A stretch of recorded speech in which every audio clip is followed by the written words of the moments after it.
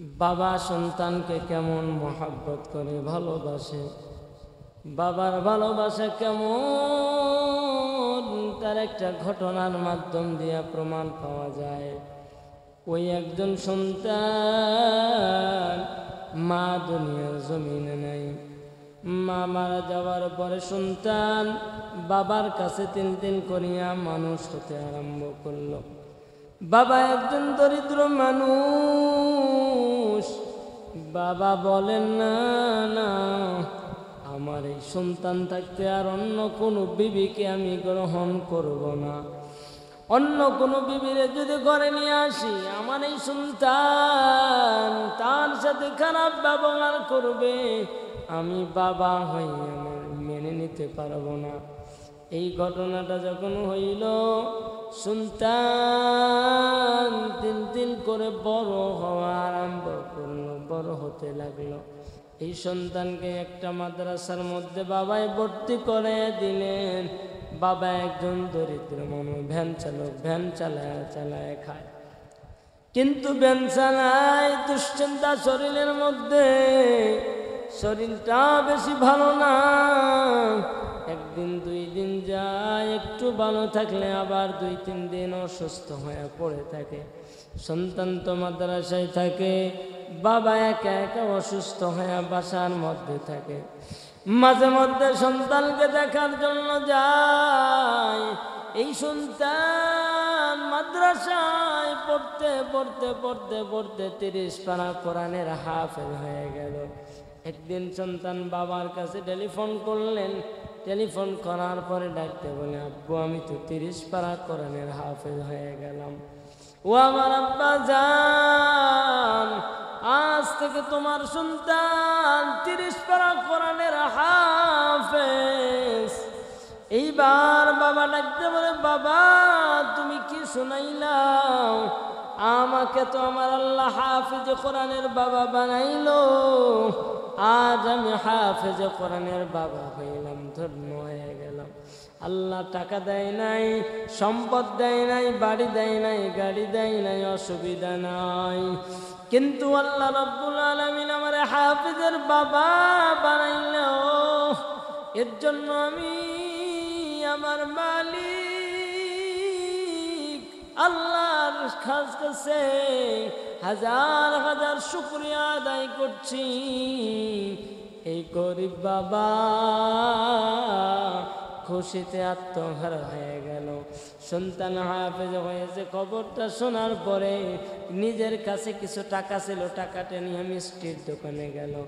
আল্লাহর বান্দা মিষ্টি কিনলেন, এটা এলাকার মধ্যে বিতরণ করলেন আর বললেন, ও বাবারা, ভাইয়ারা, ও মা চাচিরা, তোমরা সবাই মিলে দোয়া করবে। কেন কেন কিসের দোয়া তুমি চাও? বলে আমার সন্তানটা 30 পারা কোরআনের হাফেজ হয়েছে। আমি শুধু ভ্যানওয়ালা না, রিক্সাওয়ালা না, আজ থেকে আমি হাফেজ কোরআনের বাবা। আমার মালিক আল্লাহ রাব্বুল আলামিন কবুল করে নিয়েছেন। আল্লাহর বান্দা নামাজের সিজদার মধ্যে যেয়ে কান্না করেন আর আল্লাহর কাছে শুকরিয়া আদায় করেন। একদিন হঠাৎ করিয়া সন্তান আবার ফোন দিয়ে বলে, আব্বু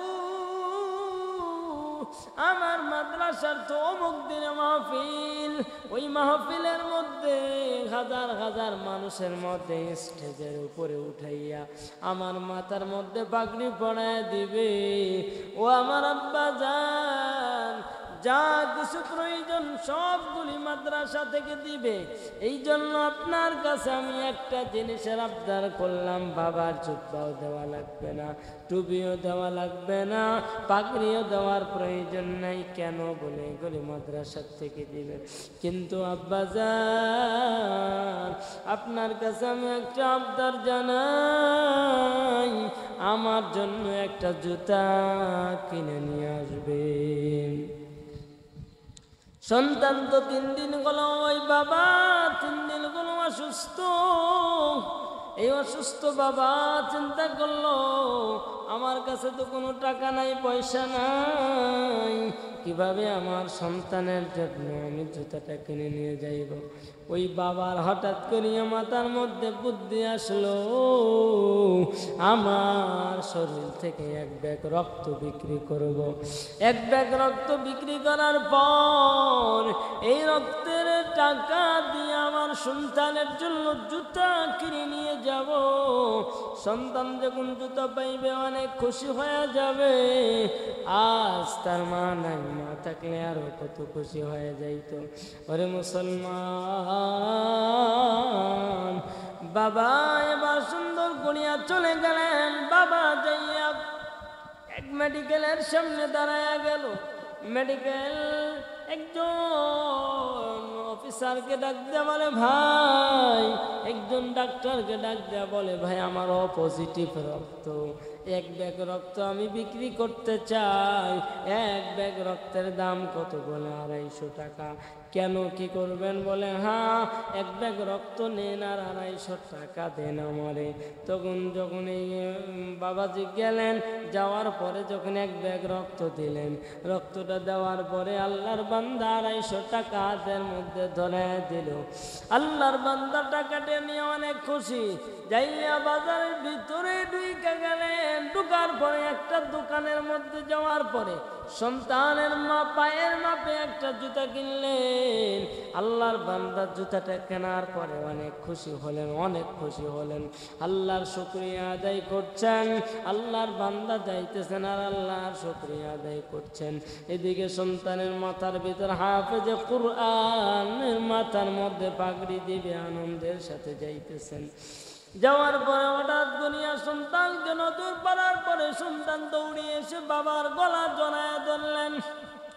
ধরার পরে বুকে জড়াইয়া আল্লাহর বান্দা বুকের সাথে জড়াইয়া ধরে কান্না করতেছেন আর বলতেছেন, ও আব্বু, আজকে আমার আম্মু নাই। আমার মায়ে যদি থাকতো আর আমার মায়ে যদি জানতো আমি হাফেজে কোরআন হইলাম। বাবা মাথার মধ্যে হাত বুলায় দেয়, বলে আর বলে, বাবা তোমার মা নাই, তুমি তোমার মায়ের জন্য দোয়া করো।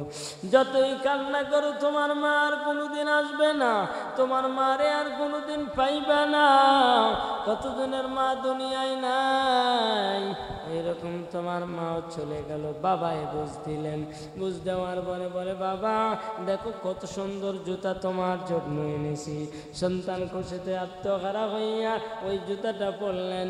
পরার পরে প্রোগ্রাম শুরু হয়ে গেল। জালসার মঞ্চের ভিতরে ডাক দিলেন, হাফেজে কোরআনের বাবা কারা? হাফেজদের বাবাদেরকে মাথার ভিতরে একটা করে টুপি পরে দেওয়া হয়। আল্লাহর বান্দার মাথার মধ্যে যখন টুপি পরে দিল, আল্লাহর বান্দা আজরে কান্না করেন, আজরে কান্না করতেছেন আর কান্না করতেছেন, বলতেছেন, আল্লাহ আমার মাথায় টুপি এমন সময় উঠলো, আমার বিবি যদি দেখতো আমার মাথায় এত সুন্দর টুপি আর সন্তানের মাথার মধ্যে পাগড়ি, আমার বিবি সাহেবা কত না খুশি হয়ে যাইতো। আল্লাহ আমার বিবি দেখতে পারলো না। ও মালিক, আমার সন্তানরে বড় আলেম বানায়া দেন। এই বাবা আর্তনাদ করতেছেন। এই সময় এমন কোনো একটা ঘটনার মাধ্যম দিয়া এই জুতাটা কেমনে কিনলো এই খবরটা ওই একজন ওস্তাদের কাছে পৌঁছায় গেল। ওই ওস্তাদের কাছে যাওয়ার পর ওস্তাদ অফিসের মধ্যে ডাক দেয়া বলো, আব্দুর রহমান ভাই এদিকে আসেন, আপনার সন্তান ইমরান, তার জন্য জুতাটা কেমনে কিনলেন? টাকা আপনি কই পেলেন? আপনি তো কয়েকদিন হলো অসুস্থ, বিছানার মধ্যে পইরা ছিলেন। আল্লাহর বান্দা ডাক দিয়া বলেন, চোখের কোনা দিয়া পানি ছাড়তে আরম্ভ করলো। আল্লাহর বান্দা বলতেছেন, কি বলবো, দুঃখের কথা আজও কেন না মনের ব্যথা। হুজুর কেমন কথা মনে করে দিলেন? এই কথা যেন আপনি যা শুনলেন আমার সন্তান যেন শোনে না। আমার সন্তান যদি শোনে অনেক কষ্ট পাবে।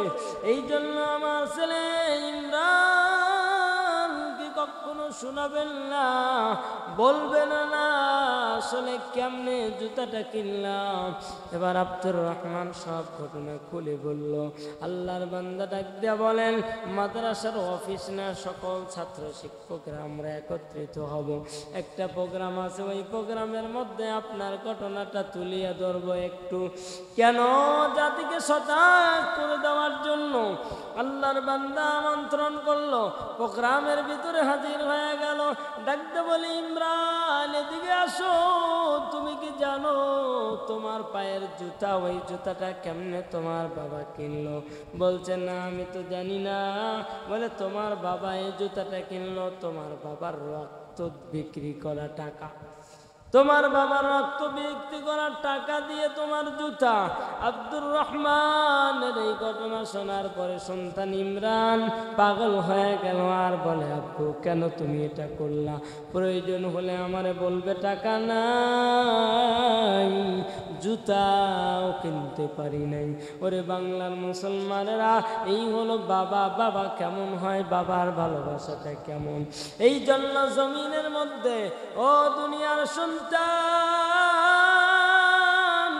তুমি তোমার বাবার মায়ের ঋণ দুনিয়ার জমিনে কোনোদিন শেষ করতে পারবা না।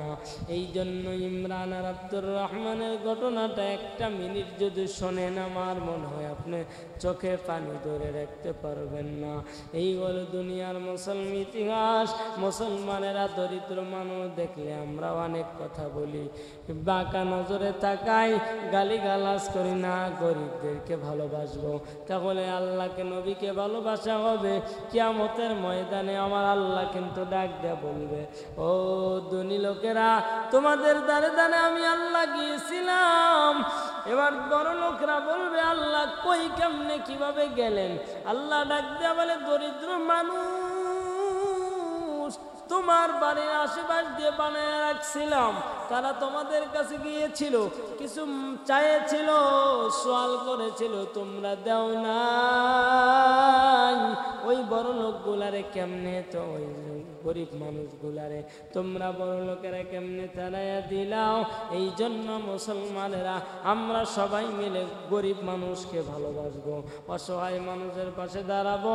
আমার আল্লাহও ভালোবাসবেন, নবীও ভালোবাসবেন, কামাই কাজীতে বরকত দিবেন, শরীর স্বাস্থ্য ভালো রাখবেন। আল্লাহ রব্বুল আলামিন যেন আমলগুলি করার তৌফিক দান করেন।